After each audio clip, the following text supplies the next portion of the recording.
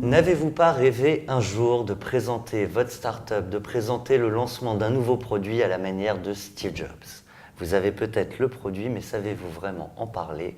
On fait le point tout de suite avec mon invité, Christine Morlet, bonjour. Bonjour. Christine Morlet, vous êtes auteure chez Duno de l'ouvrage La boîte à outils du speaker conférencier. Vous êtes également maître en influence positive. C'est un métier encore peu connu en France. C'est vrai. Le métier de conférencier, c'est peu connu. Il y a beaucoup de gens qui pensent que parce qu'ils sont des intervenants, ils peuvent donner des conférences. Eh bien non, c'est un métier qui s'apprend et c'est un métier qui est extraordinaire parce qu'en fait, on est payé pour parler. Qui n'a pas rêvé d'être payé pour parler? Beaucoup, mais ça s'apprend, c'est ce que vous Ça disiez. s'apprend, oui, tout à fait, ça s'apprend. Quelles règles on pourrait partager avec ceux qui nous suivent pour gérer, réussir sa conférence avant, pendant et après aussi?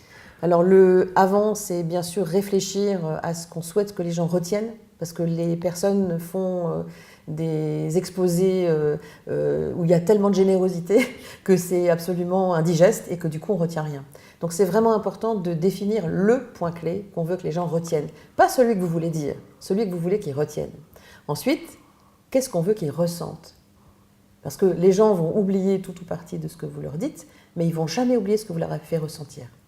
L'émotion, c'est ce qui reste. L'émotion, c'est ce qui reste. Et puis ensuite, qu'est-ce que vous voulez qu'ils fassent? Donc vraiment, les 3 règles qu'on pourrait partager avec votre auditoire, c'est 1, qu'est-ce que vous voulez qu'ils retiennent? 2, qu'est-ce que vous voulez qu'ils ressentent? Quelle est l'émotion que vous voulez faire passer? Et 3, qu'est-ce que vous voulez qu'ils fassent une fois que vous avez fini de parler? Alors certains, effectivement, sont payés pour parler, pour donner des conférences. Ce n'est pas le seul business model d'un conférencier. Non. En fait, le conférencier, rares sont ceux qui font 100% de chiffre d'affaires avec uniquement les conférences. D'accord? En général, ça s'inscrit dans un écosystème comme un billard à 3 bandes où il y aurait la conférence qui serait un accélérateur de particules sur le business, que ce soit du service ou des produits, mais aussi un accélérateur de particules sur la partie web. Parce qu'en fait, il y a de plus en plus de produits et de services à vendre via le web, YouTube, Vimeo, enfin tout ça, ça optimise aussi la visibilité. Donc en fait, c'est vraiment un accélérateur de particules, la conférence, pour mettre de la lumière sur ce que vous faites. Vous intervenez en entreprise, vous intervenez également pour coacher les dirigeants notamment. Oui, alors mes clients sont très très variés. J'ai du solopreneur en passant par le coach, le formateur, le consultant, mais aussi le thérapeute.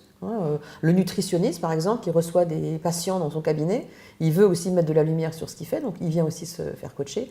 Et puis ça passe donc par la PME, l'ETI, l'entreprise de taille intermédiaire, et puis jusqu'au patron du CAC 40. Là, malheureusement, vous m'en voudrez pas, mais je ne peux pas dire qui, parce qu'ils n'aiment pas trop qu'on sache qu'ils ont des coachs. La question, c'est qu'est-ce qu'ils ont y gagné? Ce qu'ils ont à gagner, c'est déjà avoir beaucoup plus d'impact, à être plus mémorable. Parce que souvent, la mémorabilité, c'est quelque chose, ça se travaille. C'est être authentique, c'est quelque chose qui se travaille pendant des années. Il y a des gens qui travaillent des années pour être authentiques, et bien ils ne le sont jamais. Donc il faut vraiment faire un travail sur l'intention, sur l'humeur, sur ce qu'on veut vraiment faire passer par le cœur. Parce que tout passe par le cœur dans la conférence. Si vous deviez partager une émotion, parce que c'est ce que notre public retiendra aujourd'hui, vous leur diriez quoi, les yeux dans cette caméra? Si je dois partager une émotion avec vous, cher public, c'est lâchez-vous sur scène, en fait. Ne cherchez pas à jouer un rôle, soyez juste vous-même. Par contre, répétez, répétez, répétez. Jusqu'à 25 fois, comme le faisait Steve Jobs. Bon, je ne ferai pas une conclusion 25 fois de suite, vous l'avez compris, c'est déjà la fin.